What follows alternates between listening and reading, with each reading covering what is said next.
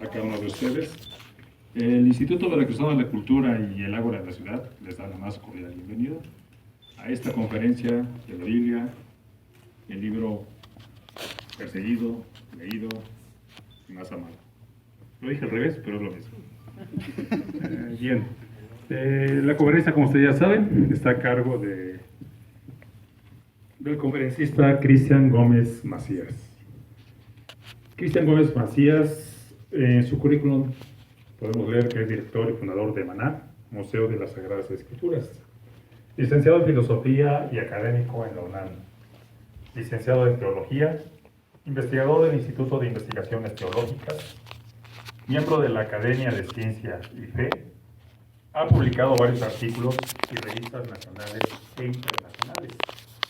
Ha sido entrevistado para televisión y radio, siendo uno de los mayores referentes a nivel nacional en relación al texto sagrado. Ha publicado 3 libros y ha impartido conferencias durante 30 años en la República Mexicana. Así pues, démosle un aplauso a nuestro conferencista de esta tarde.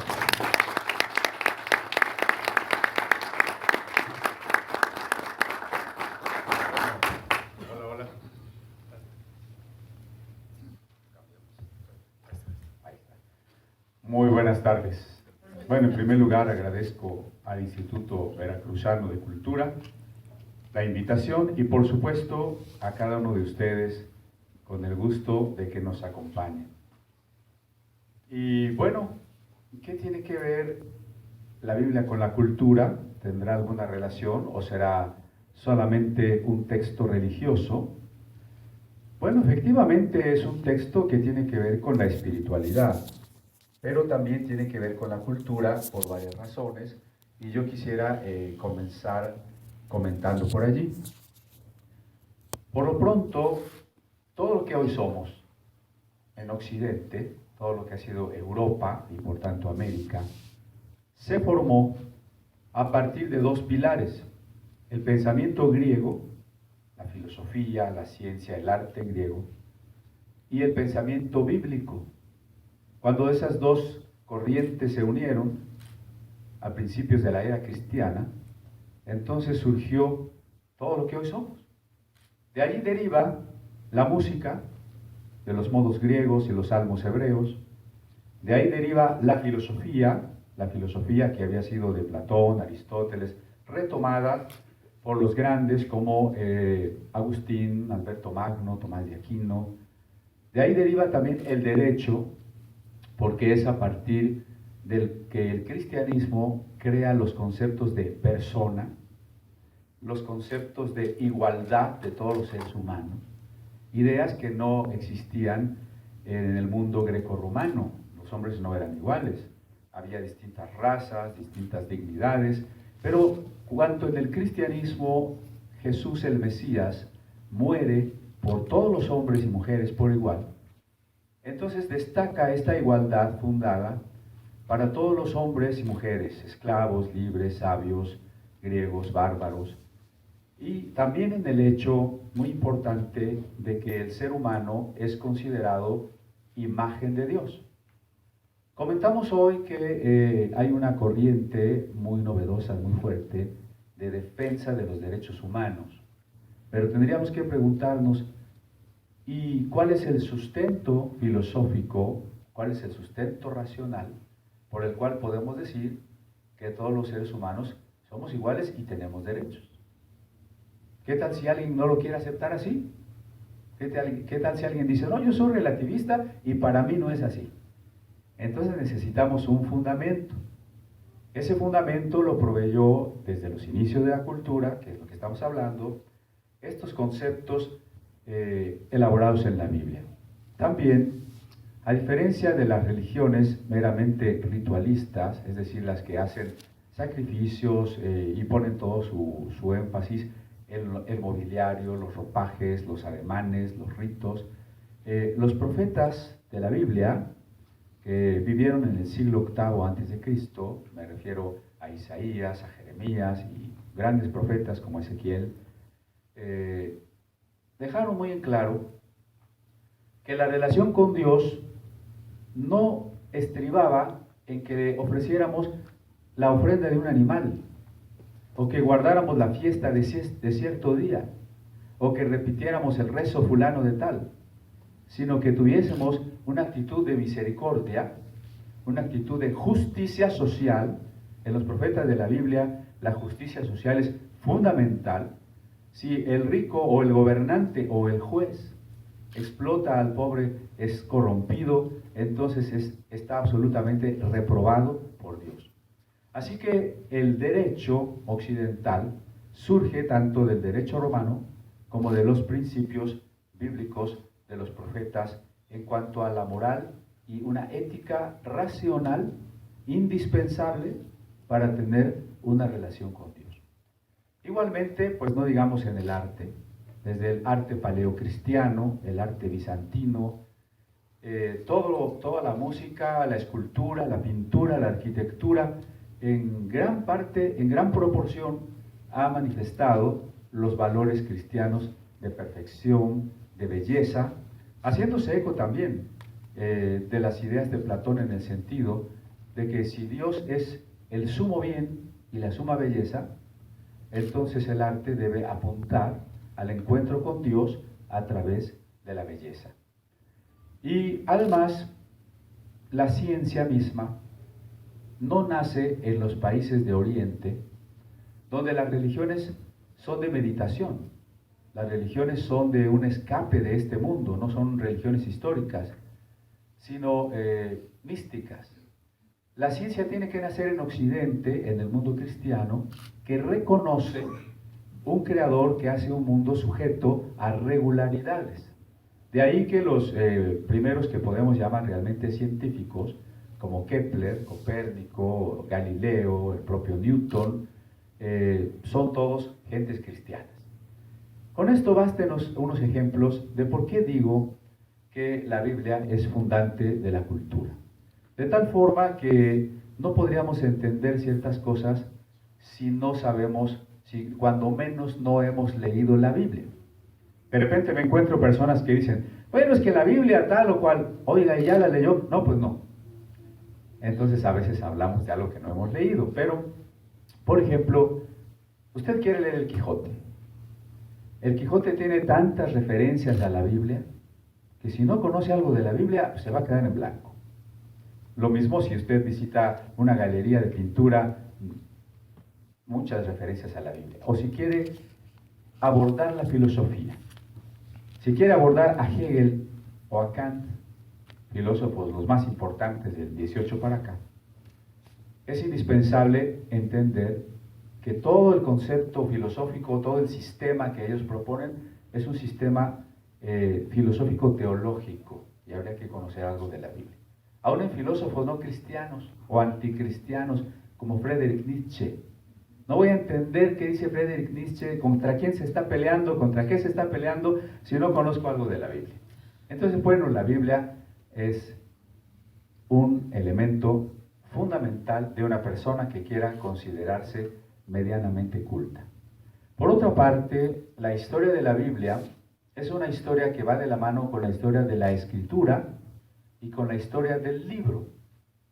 Los primeros textos de la Biblia, cuando menos en la tradición, se ubican alrededor del siglo XV a.C. Y es precisamente en esa época y en la región de la península del Sinaí donde nace el alfabeto. El alfabeto es que cada signo represente un sonido, porque otros tipos de escritura, por ejemplo la cuneiforme, representaba sílabas y era muy complicado escribir en escritura cuneiforme, aunque es más antigua.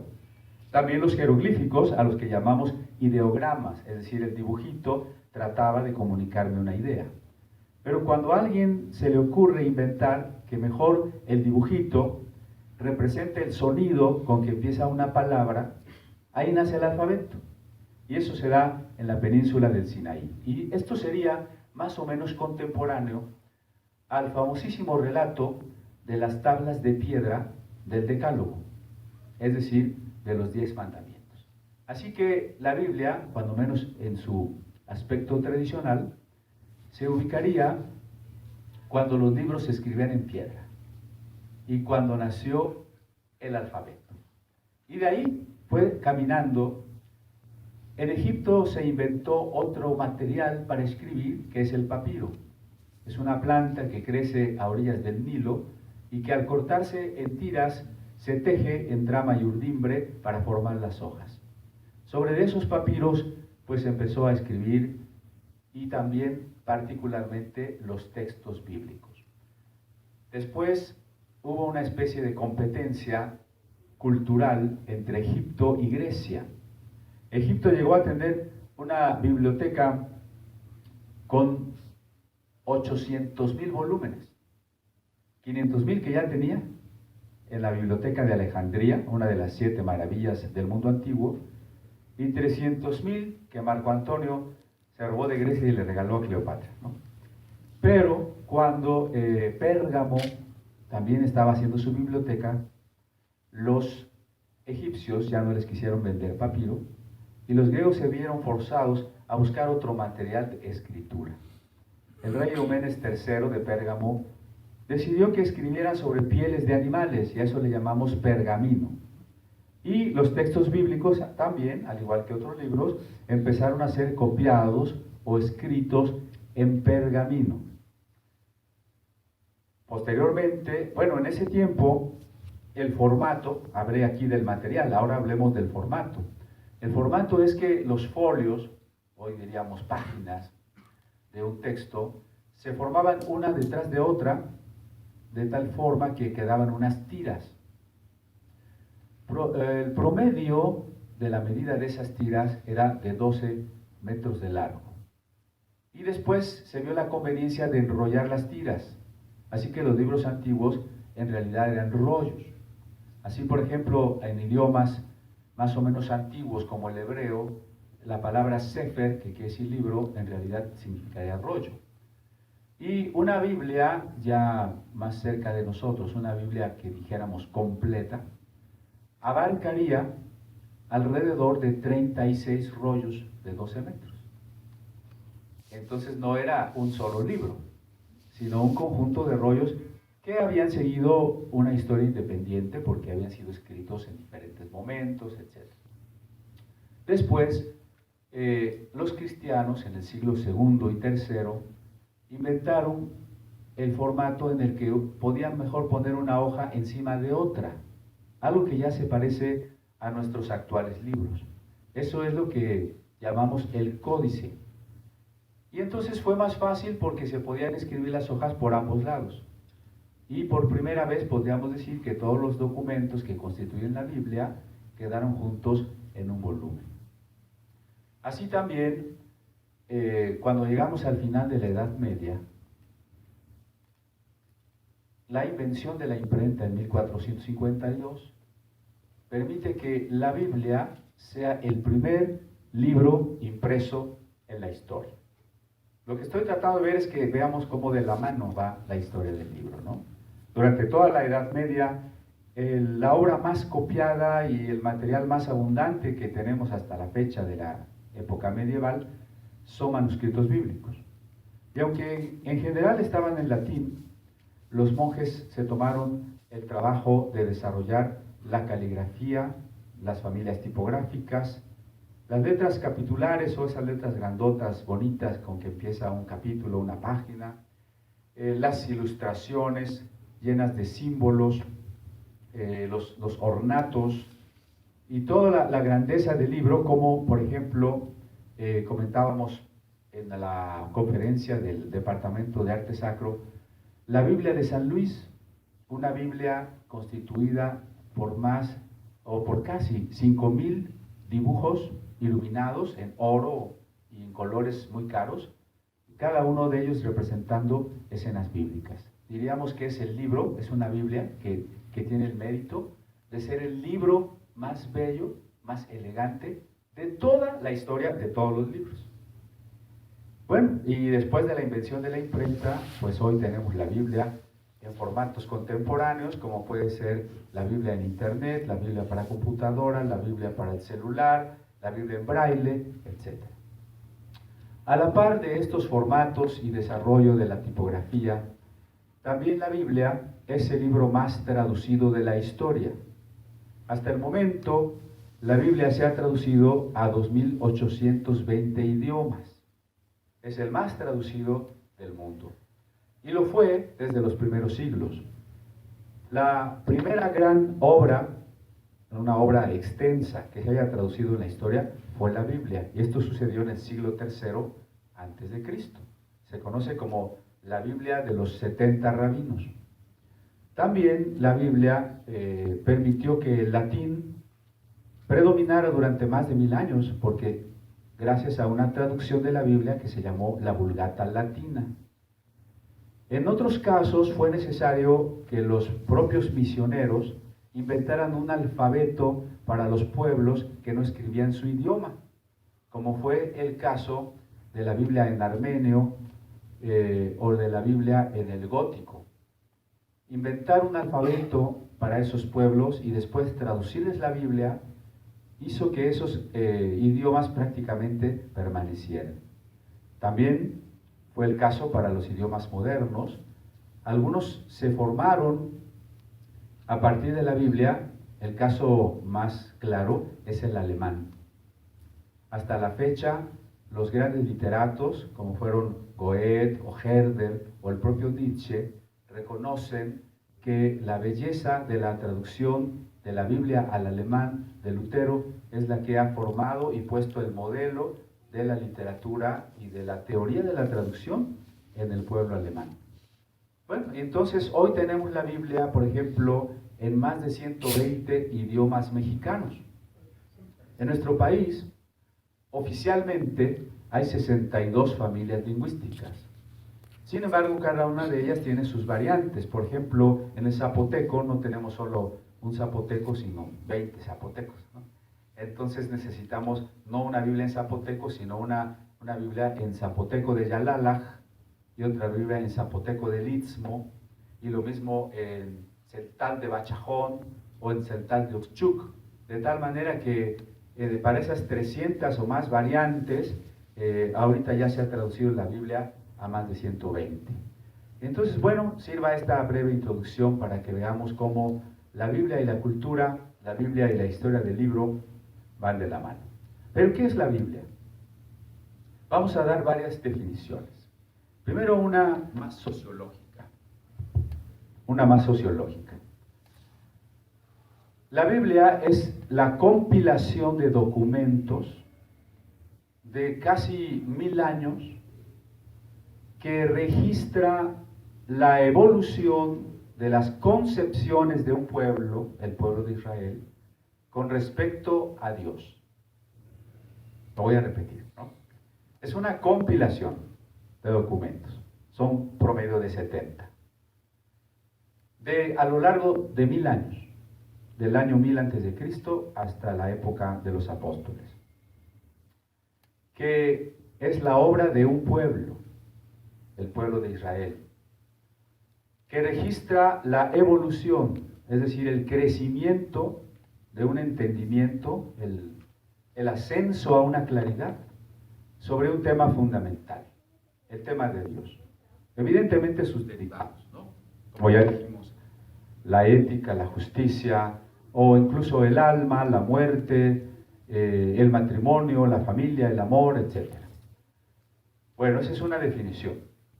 Otra definición un poco más cercana a la fe, podríamos decir, la Biblia es la palabra de Dios en las palabras de los hombres, o un poco más despacio. La Biblia es el registro de que Dios se ha manifestado a los seres humanos. Y se ha manifestado a través de una persona central en el texto bíblico. Esa persona central es llamada en hebreo Mashiach, el Mesías. La traducción de la palabra Mesías al griego es la palabra Cristo, es decir, Mesías y Cristo serían sinónimos. En español, la traducción sería ungido, y uno se pregunta, bueno, ¿y eso qué es? Bueno, porque había una ceremonia en esa religión antigua, muchas gracias, de que cuando una persona era reconocida como alguien en quien la presencia de Dios se percibía, se le bañaba con aceite y se consideraba un ungido. Entonces hay este personaje central en la Biblia, con mayúscula, en singular, el ungido, que es, digamos, la clave para entender los distintos textos. La Biblia sería pues un testimonio, una palabra acerca de este personaje que nos revela quién es Dios. La palabra de Dios en las palabras de los hombres. Es decir, aunque se considere la Biblia un mensaje divino, está dado en términos humanos, porque si no, no lo entenderíamos. Fue escrito por seres humanos, en lenguajes comunes y corrientes, como fueron el hebreo, el arameo y el griego. El hebreo, un idioma nacido en Canaán alrededor del siglo X a.C., el arameo, que fue el idioma impuesto por los persas en su imperio, y el griego, que fue impuesto por Alejandro el Grande en el imperio griego. Entonces son idiomas o de conquistadores o idiomas de un pueblo que había sido esclavo. A fin de cuentas, idiomas humanos, porque se trataba de que ese mensaje fuera entendido por los seres humanos. En otro sentido, podríamos decir también, en cuanto a su contenido, ¿qué es la Biblia? Yo la definiría como una carta de amor del Creador. Cuando usted ve una Biblia ahí tan gorda y sin muñequitos, dice, ¡ay, qué flojera!, ¿no? Hay quien tiene la Biblia ahí en su casa y nunca la ha abierto, porque pues dice, la ve muy, como que no le va a entender. Hay que ver la Biblia como una carta de amor del Creador, porque la esencia del texto es el amor. A veces no es tan evidente. Hay quien ha criticado y dice, bueno, pero ¿cómo la Biblia habla de cosas terribles? Que si fulano mató, que si el pueblo tal se peleó, que si hubo tal pecado y tal mentira y tal adulterio y tal. Sí, la Biblia tiene que hablar de eso por una razón muy sencilla, porque es un libro realista. No es como la geografía o ciertas hagiografías de los santos, donde supuestamente el personaje que se relata, toda la vida fue tan bueno, que yo diría que ni se despeinaba, ¿no? No, la Biblia nos presenta una serie de hombres reales que cometieron errores y pecados, pero que precisamente fueron transformados en su encuentro con Dios. Y bueno, ahí cabemos todos, ¿eh? Porque si usted dijera, no, pues yo no soy tan bueno como para decir que estoy muy cerca de Dios, ni Abraham tampoco, estoy citando personajes importantes de la Biblia, ¿no? Abraham, David, Elías, Pablo, no fueron tampoco moneditas de oro. Porque esto es de lo que se trata la Biblia, de que el amor de Dios, su amor incondicional por nosotros, está aquí para transformarnos, está aquí para hacernos diferentes. Así que, en ese sentido, la Biblia, en su realismo, es también como una especie de espejo. Si alguien dijera, no, es que la Biblia cuenta cosas terribles del ser humano, pues es un espejo. Y si alguien dijera, pues es que me veo muy feo, yo creo que este espejo no sirve porque me veo muy feo. No, la verdad es que está feo. El espejo sí sirve. Y bueno, nos basta con comprar el periódico de hoy para ver que sí estamos feos, ¿verdad? Que el mundo no es lo que debería de ser. Ese es el mensaje de la Biblia. Ahora bien, ya dijimos que la Biblia se fue escribiendo alrededor de unos 10 siglos. Y bueno, lo interesante es que no hubo una especie de comité editorial que se sentara y dijera, vamos a escribir la Biblia. Sino que la recopilación de estos documentos pertenecen a autores que no se conocieron entre sí en su mayor parte, que no vivieron en la misma época, que no vivieron en la misma región y que a veces ni siquiera hablaron el mismo idioma. Y entonces en realidad tenemos más de 100 autores principales de la Biblia y muchos autores secundarios, incluyendo a los correctores y a los copistas. Y si el tema de la Biblia tiene que ver con Dios, con el espíritu, con el alma, con la muerte, uno diría, bueno, qué tema tan difícil. A veces nosotros hemos oído decir, Oye, de política, de fútbol, de religión, no hay que platicar porque no nos ponemos de acuerdo. Entonces, ¿qué deberíamos esperar de esta serie de documentos de tantos siglos, de tantas personas que no se pusieron de acuerdo? Deberíamos esperar una especie no es discriminación, pero una especie de cena de negros.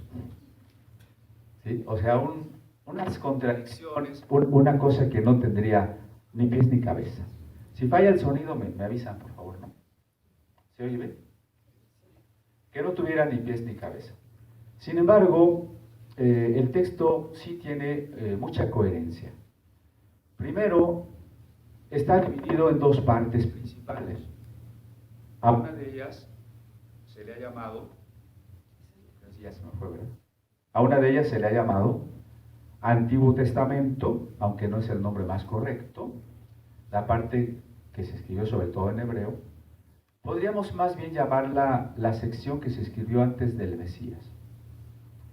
Y la otra, la segunda, llamada Nuevo Testamento, que sería más correctamente la parte que se escribió después del Mesías.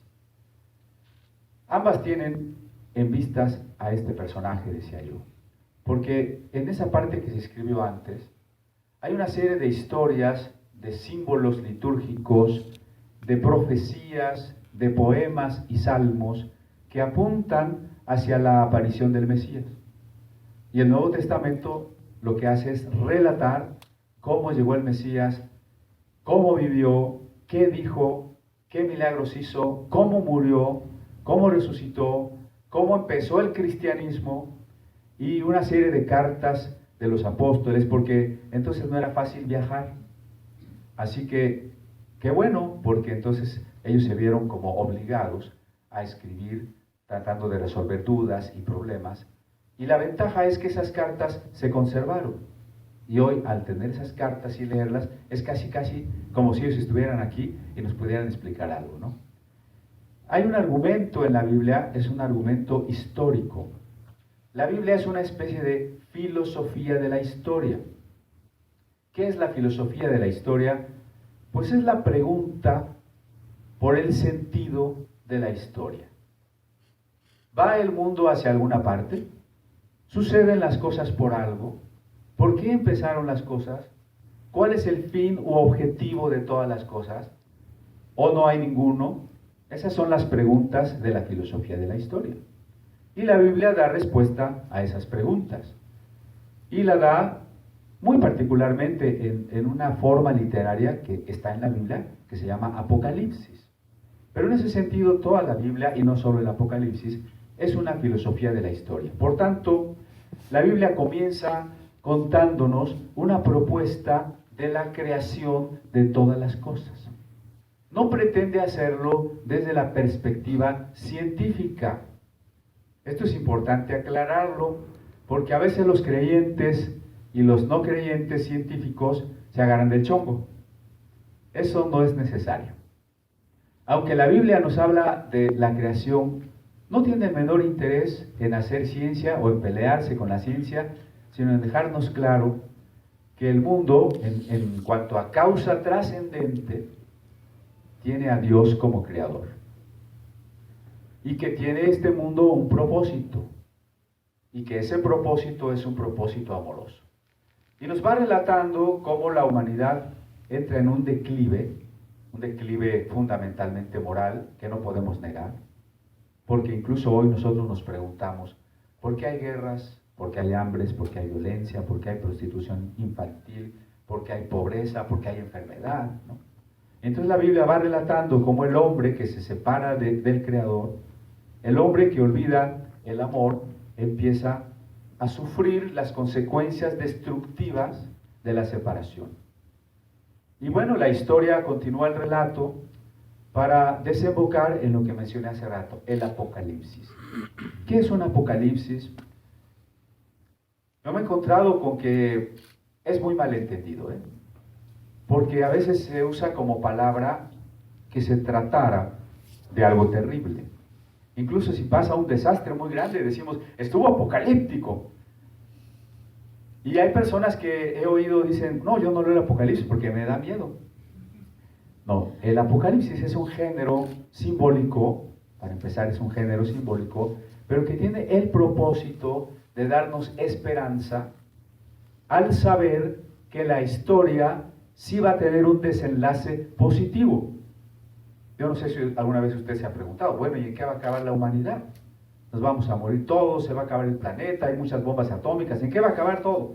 El Apocalipsis nos dice, todo va a acabar cuando Dios establezca un reino eterno, donde ya no haya maldad. Así que el Apocalipsis, digamos que cierra el sentido de la historia con un mensaje muy grande de esperanza, que al menos para el creyente tendría que ser un motivo de mucha alegría, pero también de mucho trabajo y esfuerzo para llegar a esa dimensión. En ese sentido, pues, la Biblia nos cuenta como un argumento histórico. Pero también la Biblia es histórica porque, a diferencia de otras religiones, lo sagrado no está en las piedras, no está en ciertos personajes que son héroes, no está en ciertos lugares o en ciertos días, sino que Dios se ha dado a conocer a través de las vivencias de los hombres, es decir, a través de la historia. Por eso les decía yo que es el relato de cómo se ha ido entendiendo a Dios. Si al principio se creía que era un Dios más poderoso que los otros dioses, después se llegó a la claridad de que solo había uno y los demás no existían. Si al principio se creía que ese Dios tenía gente favorita y que incluso estaba autorizada para ir a matar a los enemigos, después, bueno, ya se nos fue la luz. Voy a hablar fuerte. Después quedó claro que ese Dios no nos iba a mandar matar a nadie, sino uno de los textos últimos de la Biblia, que es una de las cartas de San Juan, nos dice una definición de Dios. Aunque la Biblia habla mucho de Dios, no nos da más definiciones de Dios. Esta definición dice muy brevemente, Dios es amor. Y este sería el siguiente punto. No hay otra religión, ni otra filosofía, obviamente anterior al cristianismo, que hubiese propuesto un solo Dios, personal y además amoroso. Porque se creían muchos dioses o se creía en Dios como una energía. No es lo mismo pensar en un Dios personal que en un Dios como energía. Si Dios fuera energía, sería como la luz, que por cierto nos acaba de fallar, ¿verdad? Sería como la luz, pero usted no puede platicar con la energía. Imagínese que usted llega a su casa agobiado y se pone a platicar con el foco y le dice, fíjate que me fue muy mal. Eso no tendría sentido. Si Dios fuera energía, no nos escucharía, no nos conocería, no habría un mundo ordenado. El lenguaje del universo son las matemáticas. El universo es un mundo ordenado. Dios es una persona. Con ello no quiero decir que tenga cabeza, manos, ojos, boca. Por persona entendemos en teología o en filosofía un ente que piensa, que decide, que conoce. En el caso particular de Dios, lo que San Juan dice es que ama. Ahora, el amor es el mensaje central de la Biblia, decíamos hace rato. Pero, ¿qué es el amor? Hay que entenderlo porque si no, cualquier interpretación de la Biblia contraria al amor iría, por supuesto, en contra del espíritu del texto. Yo no dudo que usted haya visto gente agarrándose a bibliazos. Y a bibliazos es lo menos, porque también tenemos el caso de las cruzadas, y de la Inquisición, y de la Guerra de los 30 años, y muchas otras guerras religiosas. Entonces, eso es contrario al espíritu del texto. ¿Qué es el amor? Hay que pensarlo bien porque la mercadotecnia, las telenovelas, las revistillas para niñas adolescentes, Nos han vendido un concepto melcochoso de amor. Es como si el amor fuera un sentimiento y más bien una emoción. Una emoción muy bonita, pero también caprichosa. Porque me llega de repente, no la puedo gobernar. Y también de repente se me fue. Ya estaba yo casado, pero ya se me fue. ¿Qué puedo hacer más que separarme? No, el amor no es eso. El amor en la Biblia es algo muy profundo. Es, en primer lugar, más que una emoción, es una decisión. Fíjese qué interesante. Es algo que se decide. A veces la gente dice, en el corazón no se gobierna. Pues eso es falso. El amor es, en primer término, una decisión. Y por eso también es un mandato. En la Biblia, los mandatos más importantes son, ama a Dios, ama a tu prójimo. Entonces, bueno, si me dieran un mandato de algo que yo no puedo sentir, pues no sería yo culpable de no cumplirlo. Pero si me dan un mandato es porque yo puedo cumplirlo. Entonces es una decisión. ¿Decisión de qué? Decisión de entregar el ser. Ya no estuvo tan fácil la cosa, ¿no? Porque a veces el enamorado lo que quiere es que ella me haga caso, que ella no me deje, que ella haga lo que yo quiero. No es eso el amor, sino la decisión de dar yo el ser. No dar un ratito, no dar un poquito de lo que soy o de mi tiempo, sino dar el ser. Incondicionalmente. Eso está más difícil. Los griegos tenían varias palabras para decir amor, y digo los griegos porque el Nuevo Testamento está en griego. Por ejemplo, la palabra philos, que era el amor de los amigos o incluso el amor de la familia. Pero ese amor es condicional. Yo te amo si eres mi hijo, pero si el hijo del otro te pega, pues tú pégale más fuerte, ¿no? Es condicional. Estaba el amor eros. Eros ama más bien la belleza. Así que si estuviera enamorado de una mujer bella y si fuera la misma pero fea, entonces ya no estaría enamorado. Es condicional. Pero hay otra palabra que usaron los apóstoles, que es la palabra agapi, que es el amor incondicional. Y todo este amor que se nos pide a nosotros es precisamente lo que debemos entender cuando el texto de San Juan dice Dios es amor. ¿Por qué? Primero porque Dios, que sería como un ser completo en sí mismo y que no nos necesita, decidió crearnos. Ahí está una decisión. ¿Y crearnos para qué? Todas las cosas tienen un propósito, ¿no? Este micrófono no existiría si no tuviera un propósito. ¿Cuál es el propósito de que nosotros existamos? Desde el propio texto bíblico, el propósito sería que existimos para experimentar lo grande que es Dios y el gran amor que nos tiene. Y ese amor solo se puede experimentar si nosotros también amamos. Seguro usted ha estado enamorado y bien correspondido. Y sabe que el amor recíproco es lo más bello que puede existir. Ese sería el objeto de la existencia del hombre. Pero como el hombre se separó, lo que hace Dios es seguirlo amando sin condición. Y todo el Nuevo Testamento se enfoca a decirnos que Dios se hizo como uno de nosotros, que Dios se hizo humano. La bellísima historia de Belén, de la Navidad, ¿no? Ese niño indefenso que está ahí en el pesebre, como el Dios encarnado. Así que nos da un amor incondicional. Pero ese niño va a crecer y luego va a morir. Es el relato de los evangelios, la muerte en la cruz. ¿Por qué? Porque ese amor incondicional es sacrificial. Es que si yo necesito morir por el otro, estaría dispuesto a hacerlo. Los que son padres creo que lo entienden mucho mejor, ¿verdad? Podríamos bien poner la vida por uno de nuestros hijos. Entonces es la decisión de entregar el ser incondicionalmente hasta el sacrificio por la plena realización del otro. Entonces el amor es algo muy profundo. Es la relación que une a los seres. Y esta es la clave de lectura de la Biblia. porque este es el mensaje central de la Biblia. Los textos más grandiosos podrían ser, por ejemplo, este que ya dije, Dios es amor. O el que dice, también lo mencionamos, los 2 primeros mandamientos.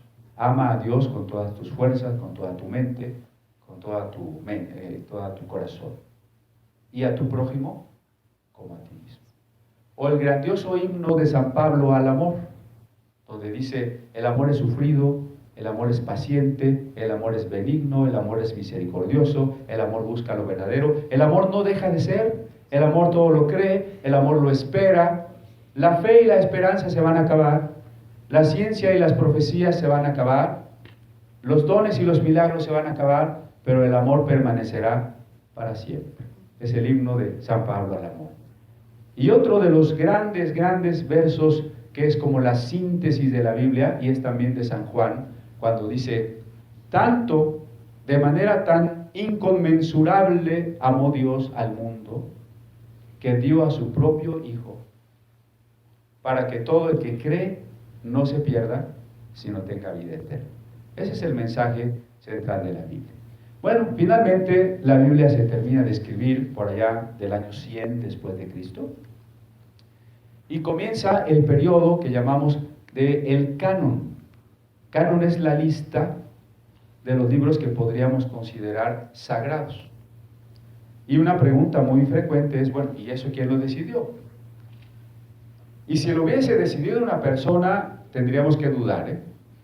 Porque habría sido así como cuando coleccionábamos estampitas, ¿no? Esta sí, esta no, esta ya la tengo, ¿no? No fue así. Fue un proceso histórico de 4 siglos, que no decidió una persona, sino que se fue dando en las distintas comunidades del sur de Europa, del norte de África y del Asia Menor, del cercano oriente. En una época en que no había medios de comunicación para ponerse de acuerdo, sino que los libros se fueron copiando y fueron siendo reconocidos por las mismas comunidades, aunque estaban separadas unas de otras, y al final pues queda, grosso modo, el corpus, el grueso del texto que todos conocemos. Porque esto se parece más a si alguien nos preguntara, oye, ¿por qué tal libro es una obra maestra? ¿Por qué consideramos que El Quijote es una obra maestra? ¿Por qué El monje que vendió su Ferrari no es una obra maestra? ¿Quién decidió eso? Nos preguntaríamos. ¿La maestra de literatura? ¿La Real Academia Española? No, las propias cualidades del libro.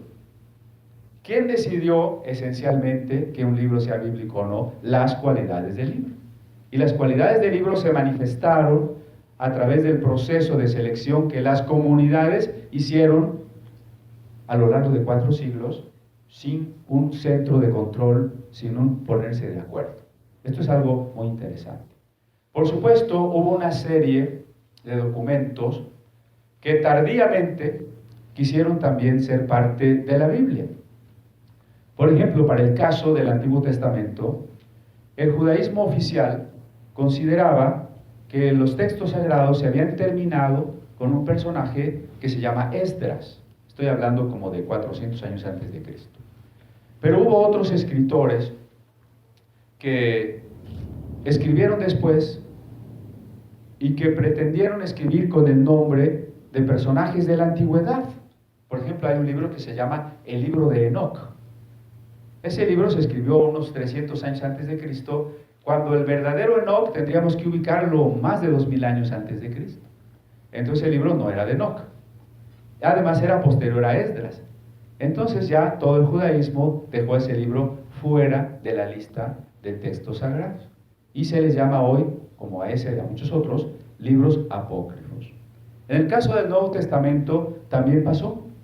Cuando los apóstoles murieron, ya 200 años después o 300 años después, hubo otros escritores que dijeron, bueno, a mí me parece que el Evangelio de Mateo no nos cuenta mucho de la niñez de Cristo, entonces yo voy a escribir un Evangelio de la niñez de Cristo.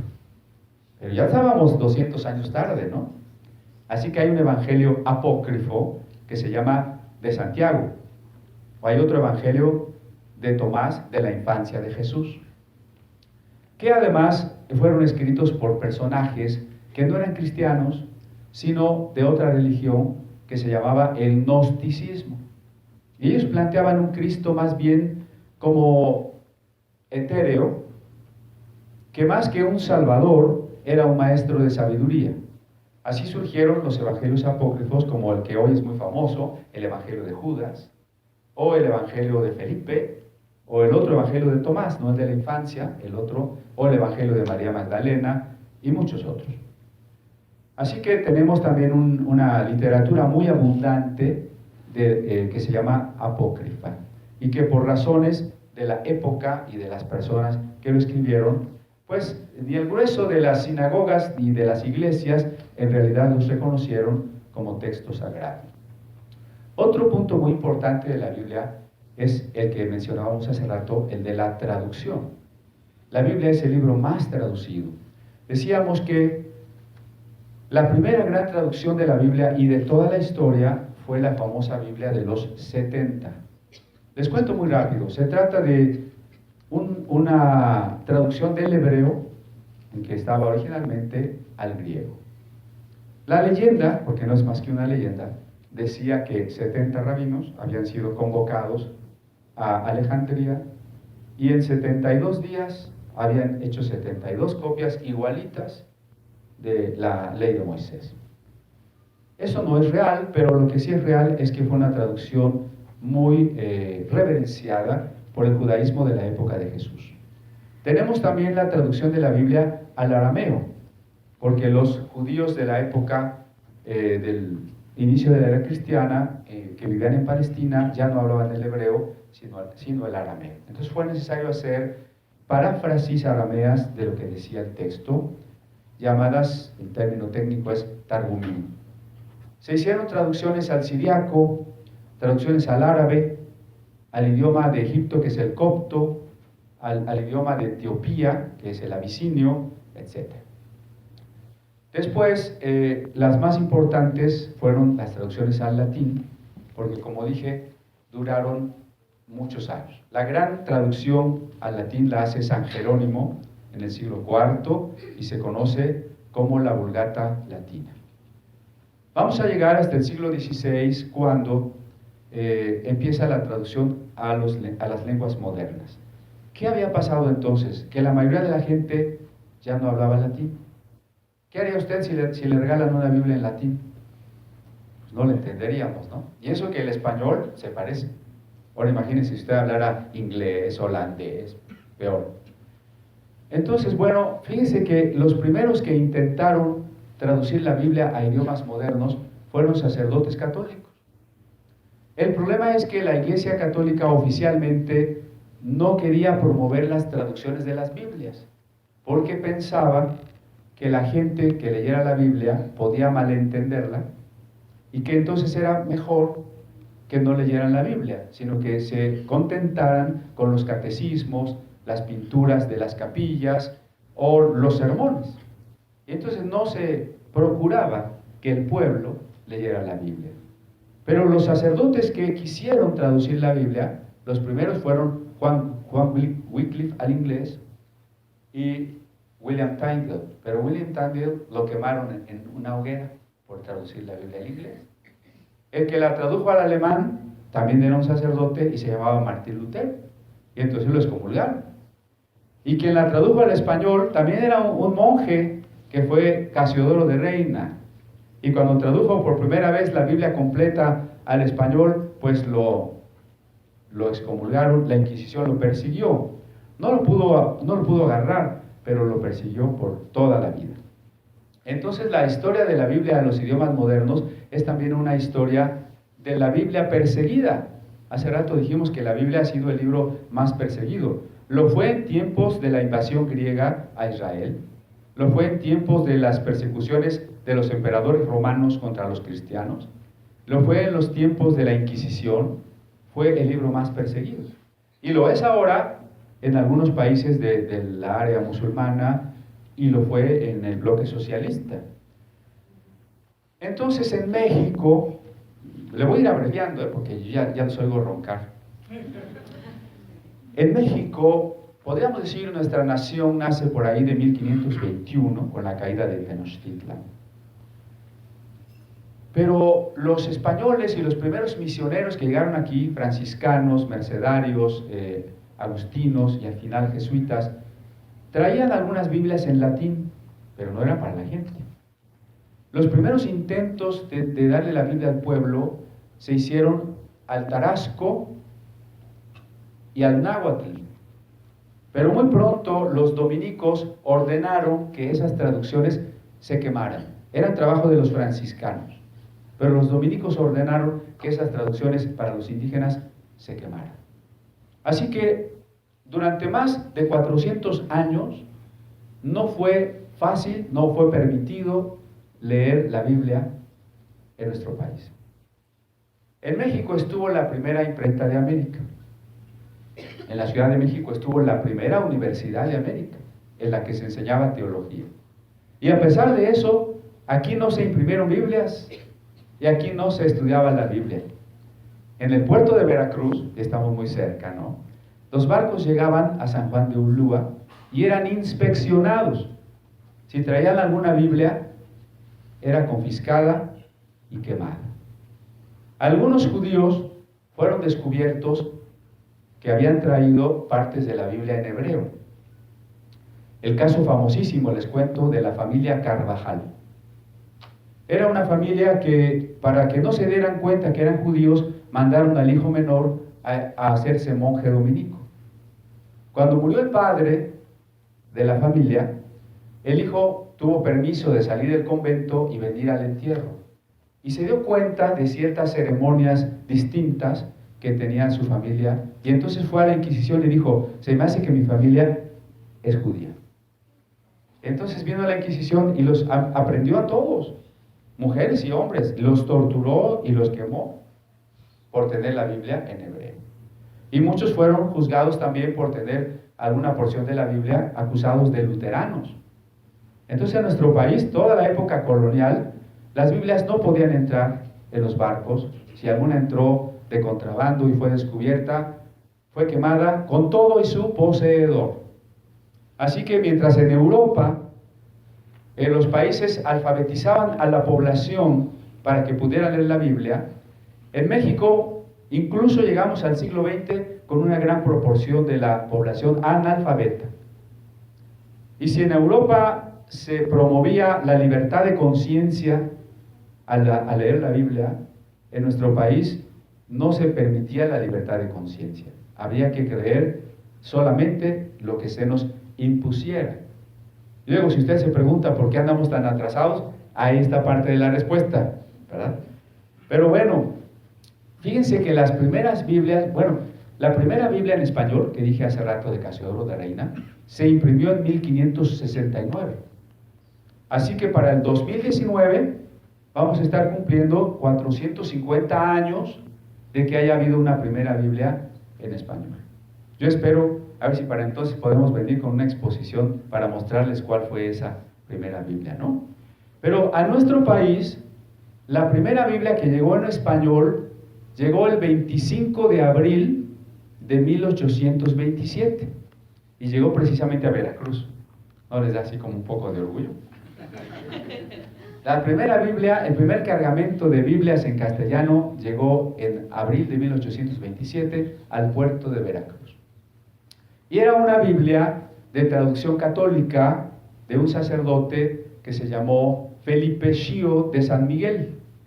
Él había hecho su traducción allá en España, desde 1792. Pero era una Biblia que no se leía mucho. En Inglaterra había una institución que se llamaba Sociedad Bíblica Británica. Y ellos estaban muy preocupados porque también en los países católicos se leyera la Biblia. Y entonces enviaron a un hombre llamado Diego Thompson con un cargamento de 10,000 Biblias a México. Y él fue el que llegó, con una Biblia de traducción católica impresa por la Sociedad Bíblica Británica, y entonces empezó a ofrecerlas aquí en el puerto, y luego fundamentalmente en Orizaba, luego en Puebla, la Ciudad de México, Querétaro, y así fue distribuyendo sus Biblias por primera vez en nuestro país. ¿Quién compraba esas Biblias? Fíjense que no había más que Iglesia Católica en México. ¿No creen ustedes que esas Biblias las compraron los protestantes, los hermanos separados? No había hermanos separados, solo había catolicismo.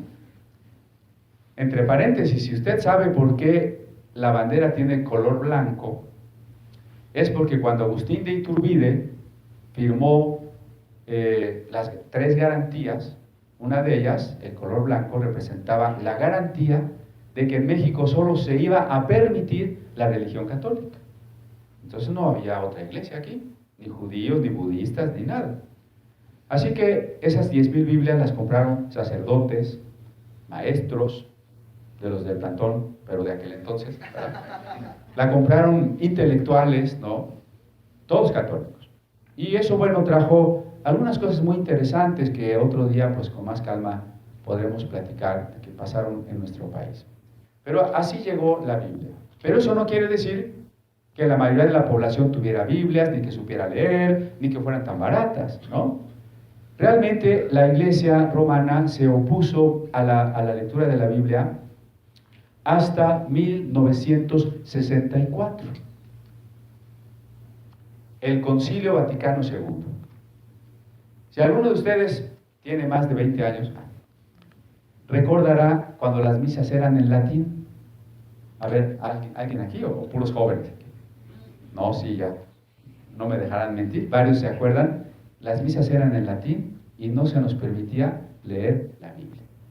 Fue hasta el Concilio Vaticano II cuando ya se determinó que se promoviera la traducción de la Biblia a lenguas del pueblo y que se promoviera también la lectura de la Biblia entre los católicos. Y entonces efectivamente hoy tenemos una gran profusión de traducciones de la Biblia, cuanto protestantes, cuanto católicas. Bueno, además de las que pueda haber de la Iglesia Ortodoxa o del judaísmo, etc. Y bueno, una última pregunta de mi parte. Y de todas esas Biblias, porque ¿cuántas Biblias hay? ¿Cuál es la buena? Tal vez usted se pregunte, ¿no? Bueno, la Biblia es en realidad una sola obra. Es decir, solo hay una Biblia. Sí podemos decir que hay muchas traducciones diferentes. Por lo general, las traducciones diferentes solo son diferentes en que cada traductor usa su propio estilo, distintas palabras para expresar la misma idea. Así que usted no se espante. Si usted es protestante, no se espante con una Biblia católica y diga, no vaya a morder, ¿no? O si usted es católico, no vea una Biblia protestante y diga, no, si hay que quemarla, es protestante. Mejor, ¿sabe qué? Abra las dos y compárelas y va a ver que dicen lo mismo. ¿Verdad? Porque la Biblia es una sola. Alguien va a decir, bueno, pero no tiene el mismo número de libros. No siempre tiene el mismo número de libros.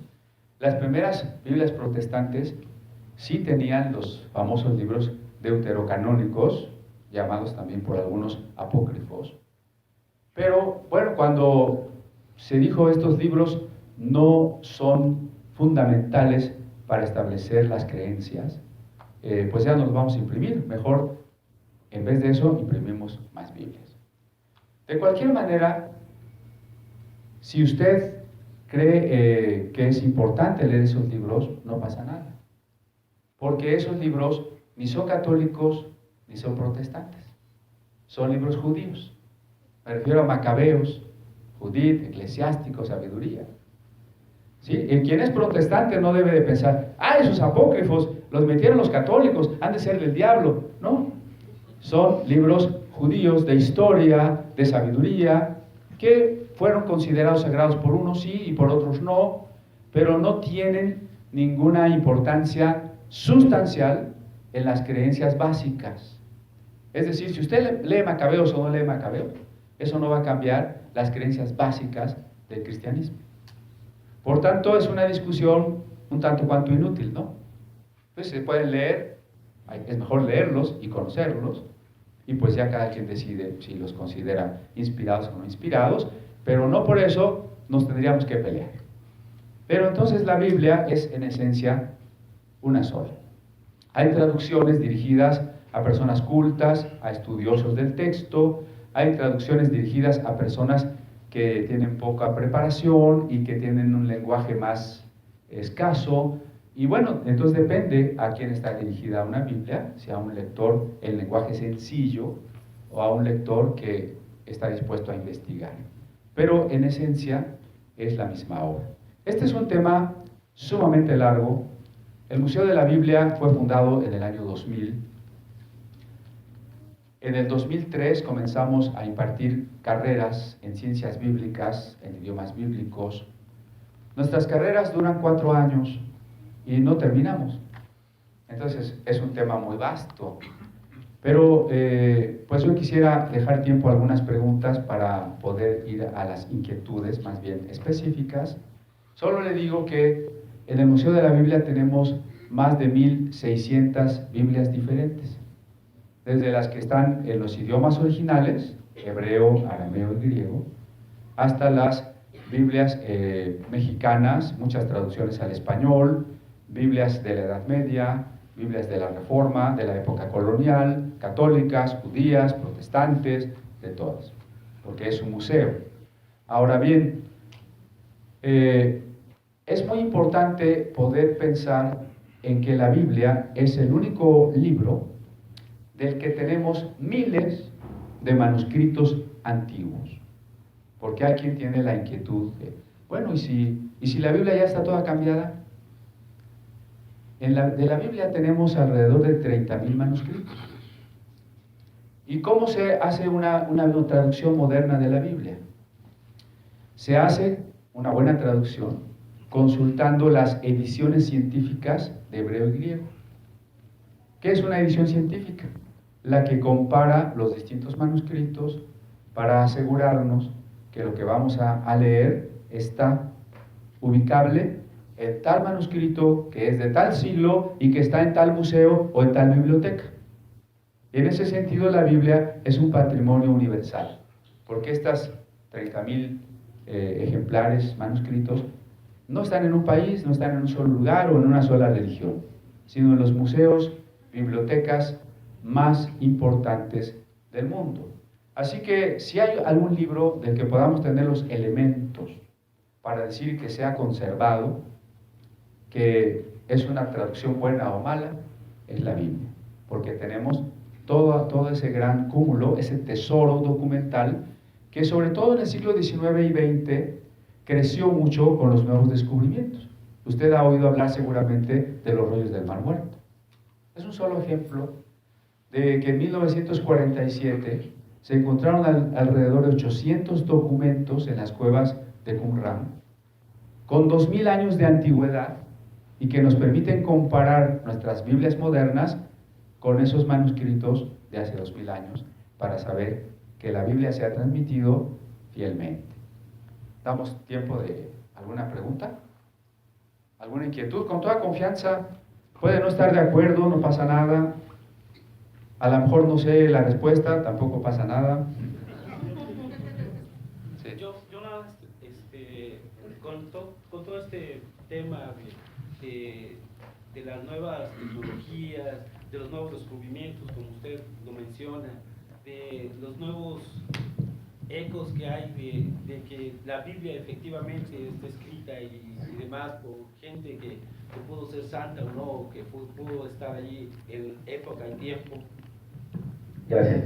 En época y tiempo de la escritura, de alguna forma, con todo esto nuevo, se ha llegado a saber, o a lo mejor estamos mal informados, efectivamente que no nada más existen uno, ni dos, ni tres textos, ni evangelios apócrifos. En su tiempo, efectivamente, se dieron a conocer, como usted lo mencionó, de Europa del Norte, del Sur, África y toda esta parte. Pero todos sabemos efectivamente que pues siempre se manejaba, la gente, como usted lo dijo, no éramos iguales. Había la gente culta, la que manejaba todo eso, y que efectivamente ellos fueron los que decidieron, por ser los cultos, por ser los estudiosos, los que leyeron, los que de alguna forma se empaparon de estas cosas y que decidieron que esos eran los textos que deberían de estar en en la Biblia, o que esos serían los buenos, por llamarlo de alguna forma. Yo tengo mis dudas de por qué se dejaron afuera, ahora después de tanto que se ha sabido, que somos gente, bueno, yo me considero gente que no sabe nada de la Biblia, pero sabemos que existen otros textos, o que se han venido descubriendo otros textos, y que simplemente deciden, o gente decidimos, que pues, son apócrifos porque pues, no están dentro de una cuadratura que nos dijeron que debía ser, ¿no? Esa es un poquito mi pregunta. Bueno, gracias por la pregunta. Es un poco lo que pasa hoy con los productos pirata. ¿Qué tal si a usted le venden un producto chino como si fuera veracruzano? No le va a gustar, ¿verdad? Entonces, les pongo como ejemplo el de Judas. No son libros ni prohibidos ni escondidos. Ustedes van a una librería y tanto por Rúa como hasta Conaculta tienen ediciones de los evangelios apócrifos que les cuestan 80 pesos. Entonces yo lo que les recomiendo es que se compren una de esas ediciones baratas y le echen un ojito. No estamos hablando de nada de que esté en otra galaxia, ¿no? Bueno, ahora, pero ¿cuál es la razón por la que no quedan? No es que a alguien no le guste, porque, pues, ¿cómo? Eso no se vale, ¿verdad? Es decir, ¿sabes qué? A mí no me conviene y mejor quítalo. No, les explicaba yo hace rato que los evangelios apócrifos se escribieron 200 o 300 años después de Cristo. Entonces, esa es la primera diferencia. Mateo, por ejemplo, que es el primer evangelio, fue un apóstol de Jesús. Lo conoció, platicó con él, lo vio morir, lo vio resucitado. Entonces, lo que Mateo nos cuente es fidedigno porque es su testimonio. Ahora pongamos el ejemplo. El evangelio de Lucas es del año 200. Perdón, el evangelio de Judas es del año 200. Está escrito por una persona que no conoció a Jesús, que no conoció ni siquiera a Mateo, ni a Lucas, ni a nadie. 200 años después.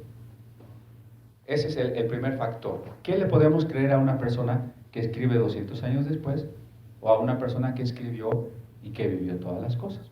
Sería la primera diferencia. La segunda, les decía yo, los evangelios apócrifos tratan de rellenar lagunas de los canónicos.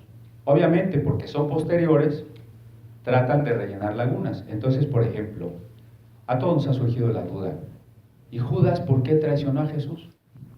Incluso por ahí hubo una película que casi decía, pobrecito Judas, pues, ¿el qué culpa tiene? Si él era el elegido, ¿verdad? Entonces, algo así pasó en ese año 200, cuando un escritor, que no sabemos quién fue, pensó que Judas no era un malvado, sino que Judas era el mejor de los discípulos. Ahora, ¿cuál era la propuesta según él? ¿Cuál era la propuesta de Judas? El Cristo de los evangelios es verdaderamente humano, es de carne y hueso. El Cristo de los evangelios apócrifos es un holograma, para decirlo en términos modernos, porque les decía yo que pertenecieron a la religión del gnosticismo. Gnosis en griego quiere decir iluminación. Ellos se sentían los iluminados, ¿no? Para los iluminados o gnósticos, Dios no podía hacerse carne porque la carne es baja. Como que un Dios que suda, que tiene hambre, que se ensucia, que se tiene que dormir. No, Jesús no podía ser humano. Parecía humano, pero no era humano. Por eso digo que era como un holograma. Entonces hay otra diferencia fundamental. Ahora bien, ese holograma tenía que despojarse del soporte físico para regresar al cielo, según los gnósticos. Según los evangelios que están en la Biblia, Jesús no tenía que despojarse del cuerpo, sino sacrificarse por amor. Esa es una diferencia muy grande, ¿no? El Jesús de Mateo, Lucas, Juan, Marcos, es un Jesús que muere físicamente demostrando su amor a los hombres. El Jesús del Evangelio de Judas y demás apócrifos es un Jesús que va a morir para que su alma se pueda ir al cielo. No se muere por amor, se muere para liberarse de esta carne. Entonces, se le pide, según ese Evangelio, se le pide a Judas que lo entregue a los romanos para que así al morir se pueda ir al cielo. Entonces Judas no es un malvado, sino alguien que ayuda a Cristo, ¿no? Por supuesto, aquí en los evangelios de la Biblia Jesús es un salvador. En el gnosticismo no sería un salvador, sino una especie de ejemplo de que todos debemos llegar a la iluminación para irnos al cielo, ¿no? Pues las diferencias teológicas son diametralmente opuestas. No solo pasa con la Biblia. Hubo, después de la muerte de Marx, un siglo después, hubo gente que hizo libros de marxismo, que los marxistas puros no aceptaron, que eso no es lo que dijo Marx, ¿no? Entonces, eso siempre va a pasar, que alguien después de Atole quiere escribir algo que ya no cuadra con lo que era original.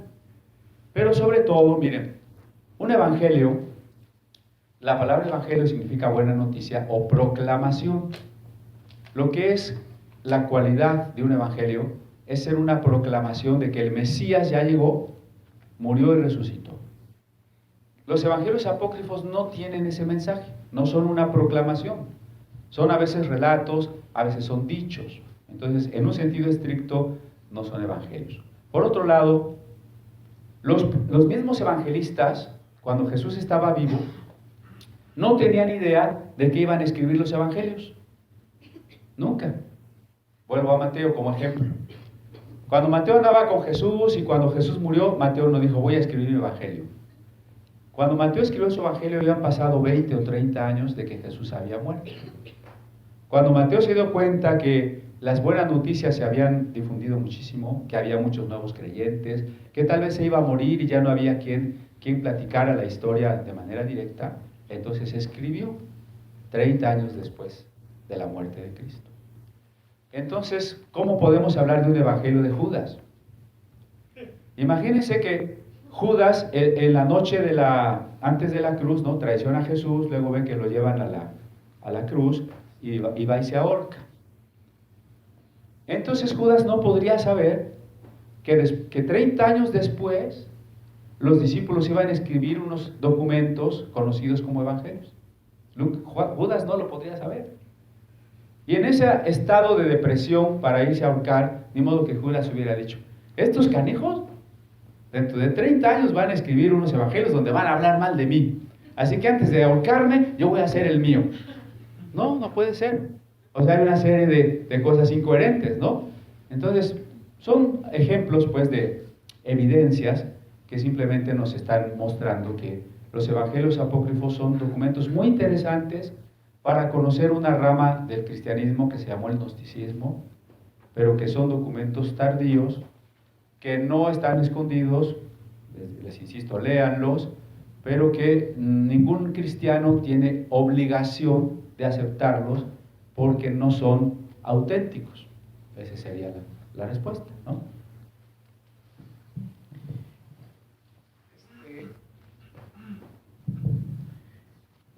Mi crianza de pequeño fue allá en Plan de las Águilas, municipio de Cuchique de Ferrer, aquí en Veracruz.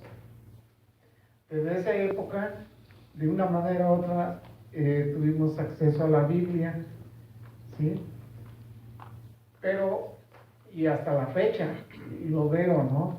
No sé por qué, siempre me he encontrado con la edición La Reina Valera, ¿sí? Nunca me había cuestionado, ¿no? Y si, quizá también sí me lo había cuestionado, pero no tenía acceso a la pregunta. Veo que usted bien conoce todo este ramo. Sí me gustaría, ¿qué importancia tuvo esta Biblia que en muchos estados de la República ahora ya he conocido, pues lo tienen? Y también muchos de los iglesias evangelistas también lo tienen, y creo que la mayoría. Ok, sí, sí, entonces, sí me gustaría que es una historia muy bonita. Yo no la quise contar hace rato por cuestión del tiempo, pero gracias por la pregunta. Miren, en el tiempo que la iglesia no permitía leer la Biblia, Casiodoro de Reina era un monje de la orden de San Agustín, que vivía en el convento de San Isidro del Campo en Sevilla. Estoy hablando más o menos del año 1550. siglo XVI. Allí estaba Casiodoro de Reina profesando en el monasterio.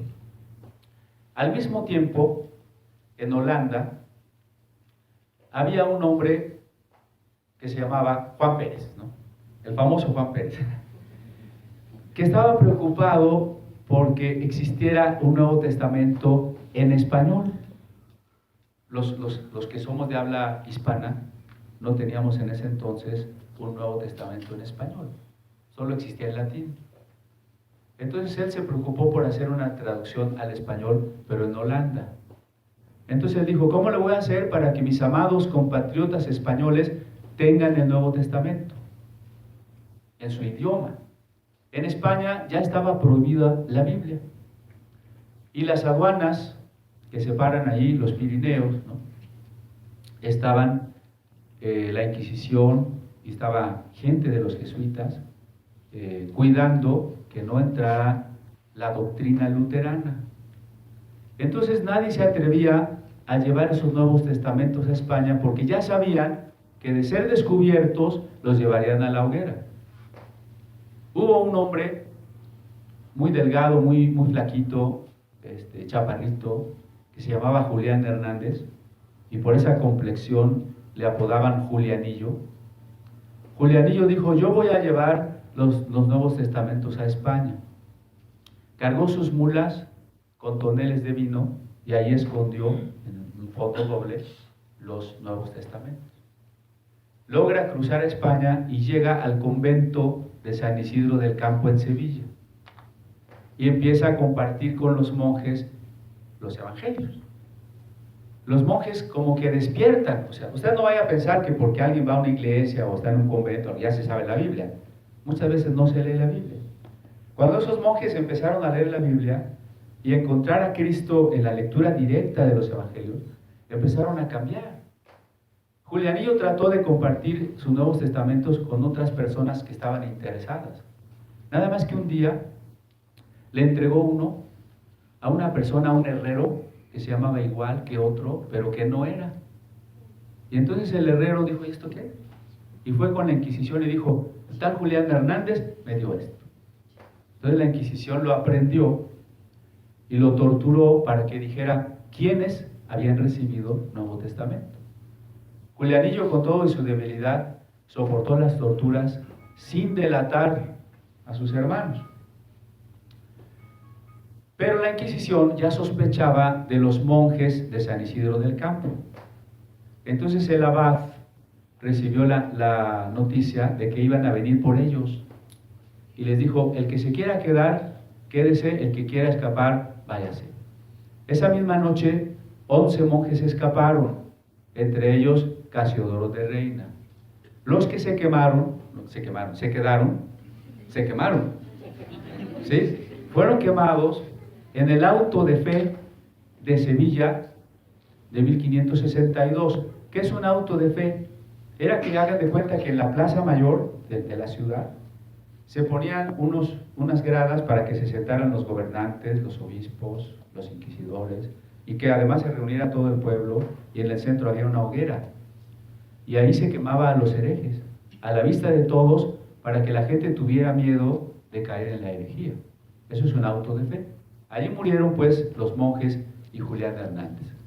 Pero Casiodoro, en su huida, se fue a Ginebra, donde estaba Calvino, y empezó la tarea de hacer una traducción completa de la Biblia al español.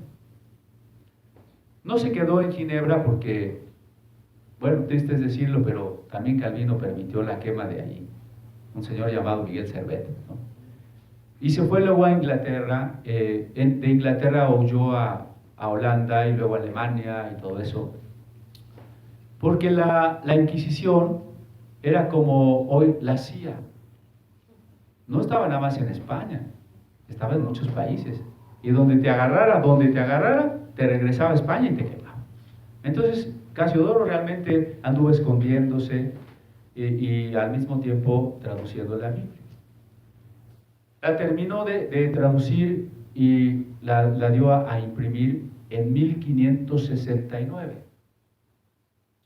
Por eso les decía yo que fue la primera Biblia completa en español, 1569. Esa primera impresión de la Biblia tiene varias características interesantes. Una, que en la portada tiene el dibujo de un oso comiendo miel. Para algunos eso se ha relacionado con un salmo que dice: tus palabras son más dulces que la miel. Y se le apodó la Biblia del oso, ¿no? Uno dice, ¿por qué del oso? Pues por el dibujito del oso, la Biblia del oso. O sea, la de Casiodoro de Reina. Las otras características interesantes es que tenía los libros apócrifos, que además no tenía el nombre de Casiodoro, o sea, no decía traducida por Casiodoro. ¿Por qué no podía poner eso? Porque la iglesia había elaborado una cosa que se llamaba Index Librorum Prohibitorum, o sea, el índice de los libros prohibidos. Y ahí estaba la lista de lo que no se debía de leer y de los autores que estaban prohibidos.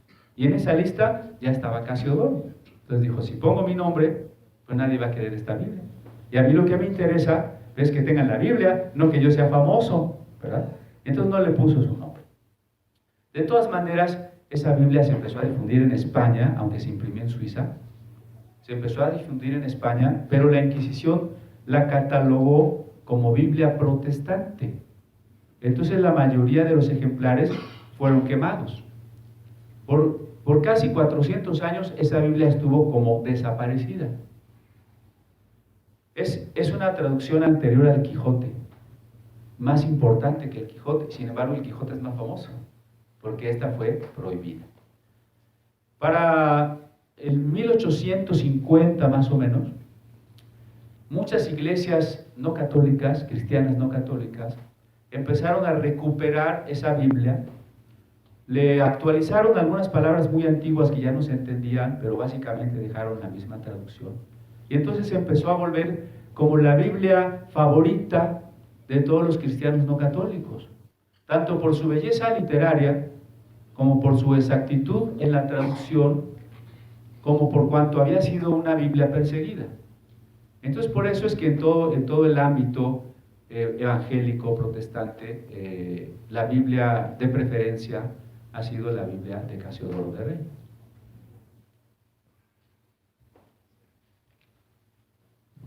Bueno, mi pregunta va enfocada más a la interpretación que se ha tenido a lo largo de la historia acerca de algunos de los textos bíblicos, como en el caso de Agustín de Hipona, que se dice que fue influenciado mucho por el maquineísmo y el gnosticismo. Y bueno, sabemos que la iglesia protestante más tarde, con Lutero y Calvino, tomamos gran parte de las ideas de Agustín de Hipona. Entonces mi pregunta es, ¿qué tanto influenció realmente el gnosticismo a Agustín de Hipona, o es algo que solamente es un mito o una coincidencia en estas cuestiones del determinismo y predestinación, y etcétera? Gracias. Miren, los grandes pensadores siempre tienen su lado positivo y su lado negativo, ¿no? Como todos los seres humanos. San Agustín, obispo del norte de África, de la ciudad de Hipona, efectivamente fue un teólogo tan importante que su teología dominó más de 1000 años. Lo interesante de Agustín es que efectivamente antes de ser cristiano fue maniqueo. Los maniqueos eran una especie de gnósticos, hablando hace rato de los gnósticos, porque ellos creían que lo espiritual era bueno y lo material era malo. Entonces Agustín creció creyendo que toda la materia, que todo el mundo era malvado. Pero cuando se enfrentó con la observación de las estrellas y se dio cuenta que el universo obedecía a maravillosas leyes matemáticas, dijo, el mundo no puede ser malvado. Y entonces se acercó a la filosofía de Platón y se dio cuenta que el mundo no era necesariamente malvado. Y buscó también en el cristianismo, en un hombre también muy importante que se llamaba San Ambrosio de Milán. Agustín se convierte en cristiano, se bautiza y llega a ser un gran teólogo. Sin embargo, toda la interpretación que él hace de la Biblia está hecha en categorías de Platón, lo cual no es necesariamente malo, pero sí hay que reconocerlo. Por otro lado, desde mi perspectiva, esto es muy personal, le quedó una reminiscencia maniquea, la del pecado original. En la Biblia, la frase pecado original no existe, pero Agustín la vuelve el centro de su teología. Y esa doctrina, así en forma agustiniana, la heredó tanto la Iglesia Católica como la Iglesia Protestante. Ambas iglesias creen de manera muy fundamental en el pecado original. Aparte, es cierto que Agustín puso un énfasis especial en la predestinación, porque él decía, si el hombre nace en pecado original, su voluntad no es libre. Por tanto, no puede buscar a Dios. Para buscar a Dios necesita la gracia. Pero ¿a quién le va a dar Dios su gracia? Al que Él escoja.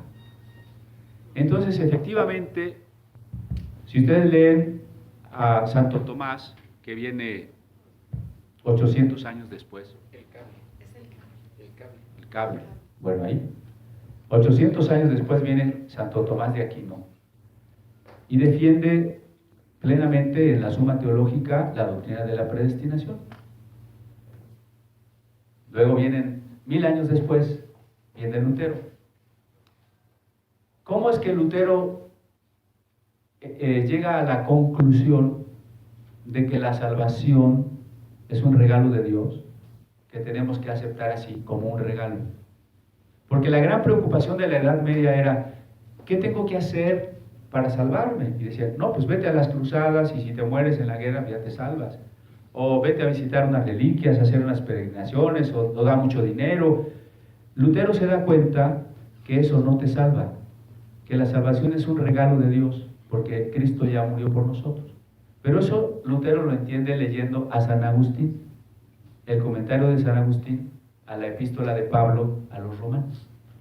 Entonces Lutero tiene, como agustino que era de hecho, ¿no?, tiene una teología de la predestinación.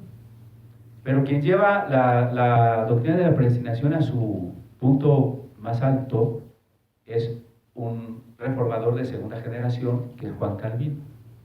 Efectivamente, tanto Lutero como Calvino son agustinianos en su teología. Entonces aquí quizá la discusión tendría que irse más atrás, ¿no?, analizar un poco más a Agustín, qué tanta razón tiene o no la tiene, y ya, ¿no? Sí, muy buenas tardes. Yo soy pastor, soy Samuel. Me gustaría saber su opinión. Me es muy importante conocer, porque sé que usted es la persona más importante en la Ciudad de México, al menos así se escucha, en filosofía, en teología, que ha aclarado muchas cosas de la Biblia. ¿Cuál será el futuro de la Biblia? Esa es una de las inquietudes que yo como pastor, aunque he estudiado teología, me gustaría saber de una persona que es un honor tratar con usted. ¿Cuál cree que es el futuro de la Biblia de aquí a 100 años? ¿Qué pasará con ella? ¿Qué se imagina usted? Es una de las preguntas que he tenido en mente hacérsela a usted, y hoy que tengo la oportunidad se la dirijo a usted. Muchas gracias. No es tanto como dice, pero miren, en muchos sectores de la sociedad se está tratando de lograr lo que yo llamaría una cultura post-cristiana. Hay mucha gente que ya no quiere el cristianismo, ya no quiere saber de la Biblia. Esto se ve mucho en Europa. Esto se ve en los ataques que se dan contra la Biblia en libros, en programas de televisión, en pensadores filósofos, etc., ¿no? Ahora, sin embargo, ¿qué sucede con una sociedad que no tiene un punto de referencia firme, que no puede sustentar una ética racional de validez universal? Pues que esa sociedad va a entrar en un declive, como lo sucedió a las escuelas griegas de la decadencia, de los epicúreos y los estoicos, como sucedió al final de la Edad Media, después del Renacimiento. Son sociedades que entran en crisis, que entran en un gran declive, y que una vez agotada ese relativismo, esa confusión, tienen que volver a despertar. Un ejemplo más cercano a nosotros. En Rusia estaba prohibida la Biblia. En el museo tenemos una Biblia chiquitita, totalmente flexible, sin título en la pasta, capaz de ser escondida en el bolsillo para poder contrabandear a Rusia en esa época. Había un ministerio de educación en Rusia que tenía como principal objetivo convencer a la juventud de que Dios no existía. Aquí en Villahermosa yo me encontré con algunos amigos rusos de aquella época, que eran jóvenes entonces, ¿no? Pero ahorita ya no son jóvenes. Y ¿saben qué? Su hambre espiritual no desapareció. Ahora, si nosotros sabemos de las noticias de China o de Rusia, el cristianismo está creciendo de manera explosiva. Porque la gente que no tuvo la Biblia, a la gente que se le dijo que Dios no existía, que la Biblia no era verdad, se quedó con tanta hambre y se dio cuenta que ni su régimen político, ni lo que se le ofrecía materialmente puede satisfacer el ansia trascendente de nuestro espíritu. Entonces una sociedad, resumiendo, una sociedad en decadencia no se puede quedar así. Necesariamente va a tener que revertir y va a tener que volver al fundamento de la justicia, de la verdad, de la razón, de la belleza y sobre todo de esta relación ontológica que es el amor. ¿Qué significa la palabra Biblia? La palabra Biblia es el plural griego de libros. Entonces, se le puso así por la idea de biblioteca. Decíamos que la Biblia está conformada por alrededor de 70 documentos. Entonces, para designarlos como colección, se le llamó biblioteca. Y se le añade la palabra santa o sagrada, la Santa Biblioteca. ¿Se incluye el Antiguo y el Nuevo Testamento? Exactamente, sí. Ambos están incluidos ahí. Doctor, a mí me dio mucho gusto volverlo a ver. La vez pasada dimos una plática juntos y a mí de verdad, escucharlo, tenía que venir a verlo y gracias por la invitación acá de los hermanos pastores. Nada más quisiera decir una cosa. Miren, en Israel tenemos varias ramas de judaísmo. Está el ortodoxo que cree que la Biblia es palabra de Dios tal cual y que a veces ni siquiera la abren, solamente sirve para fines rituales. Luego vienen también otras corrientes, pero la última corriente es la corriente humanista. Y desde hace mucho tiempo esta corriente está investigando la Biblia. Tenemos que desacralizarla un poco para tomarla como tal, porque si lo que hacemos muy sagrado, a veces no queremos tocarlo y se nos hace pecaminoso abrir o pensar mal de lo que ya nos dijeron, que ni siquiera la Biblia dice, sí, pero que nos dijeron otros y que por lo tanto no podemos nosotros transgredir a veces en esos pensamientos, ¿no? Entonces yo quisiera nada más mencionar una cosa, cómo se fue escribiendo la Biblia. Hay que recordar, y usted lo sabe, doctor, que hubo reformas dentro del pueblo de Israel. Una de las primeras la hizo Ezequías, luego la más grande que hizo Josías, y que hizo las reformas para poder ir agrandando en esas tradiciones que todavía no habían sido constituidas en un libro, ¿no? Entonces, eso es importante, pero eso ya está. O sea, lo que nos falta nada más es buscar esa información, tener esa información, acercarnos a Israel. Y ahorita quiero hablar un poquito de propaganda que platicaba con el pastor. Hace unos años trajimos al embajador David Adón y queríamos invitar a pastores para que fueran a Israel becados a estudiar hebreo o a estudiar tradiciones judías, y no, allá no se les iba a cobrar nada. Acá iban a pagar solamente la mitad del boleto de avión. Desgraciadamente el gobernador de aquel entonces ni le interesó. Fue una periodista nada más que después, por cuestiones políticas, porque lo que yo escribía en el diario Jalapa me quitó, ¿sí? Entonces, bueno, pero creo yo que ya existe el material, el lugar, incluso aquí hemos hecho algunos eventos precisamente para ver esas reformas de cómo se fue creando la Biblia, ¿sí? Y ahora nos damos cuenta, No toda la Biblia la escribió Moisés, ni toda la Biblia fue escrita en Israel. Muchas partes de la Biblia fueron escritas en Babilonia. ¿Sí? El libro que trajo Esdras de Babilonia a Jerusalén tenía muchas diferencias con los escritos que estaban ahí. Y ahora la actual, la masorética, o sea, la tradicional, la que se usa en Israel, bueno, tiene sus antecedentes que cualquiera que quiera pues lo puede ya investigar. Claro que sí. Les agradezco mucho. Dos cosas para acotar lo que dice Mijail. Si a alguien le interesa, cómprese un libro que se llama Introducción al Antiguo Testamento de José Luis Sicre. Es una historia de lo que está diciendo, cómo se van haciendo las corrientes teológicas y documentales que van a ir como afluentes de varios ríos a formar. José Luis Sicre, si no me equivoco es de Editorial Sígueme o de Editorial Verbum, una de las dos. José Luis Sicre, Introducción al Antiguo Testamento. La otra cuestión es que la Biblia es un libro contestatario. No vaya usted a pensar que leer la Biblia nos va a cuadrar y a conformar. Leer la Biblia nos va a hacer que seamos cuestionadores, que seamos más individuales, que seamos más críticos y que nos preguntemos y a veces no estemos muy de acuerdo con la enajenación y el pensamiento que se le impone a la masa. En ese sentido, por eso es que la Biblia ha sido prohibida. Porque usted se preguntará, ¿y por qué fue prohibida la Biblia? Porque es peligrosa. Entonces, léala. Revolucionaria. Muchas gracias. Me han hablado mucho de un libro llamado I Ching y dicen que se escribió antes que la Biblia. Entonces a mí me encantaría saber cuál es la diferencia entre la Biblia y el I Ching. Bueno, si algún libro se escribió antes que la Biblia, en realidad no tiene mucha importancia. Ya sea el I Ching o los Vedas o el Mahabharata, que son libros anteriores, y hay otros posteriores, como puede ser el Chilam Balam o el propio Corán, ¿verdad? La diferencia no estriba tanto en la época, sino en el mensaje.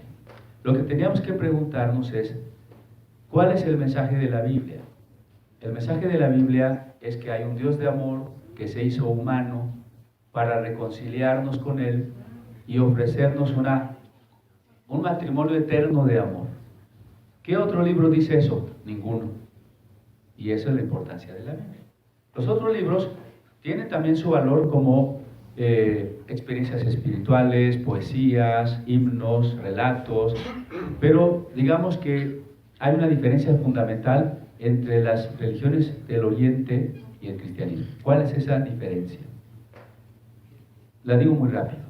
En las religiones del Oriente, la salvación consiste en que usted desaparezca, en que el yo deje de ser yo, que usted se funda en el todo. Es una salvación que, curiosamente, se trata de que ya no exista. Mientras yo desee seguir existiendo, voy a seguir reencarnando. Solo cuando yo ya no desee existir, como una olita en el océano, que por un momento es individual y después ya no sé dónde está. Cuando yo desaparezca, ya me salvé porque ya me fundí en el todo. Esa es la salvación de Oriente. La salvación del cristianismo es que... ¿Cuál es su nombre? Mese. Mese.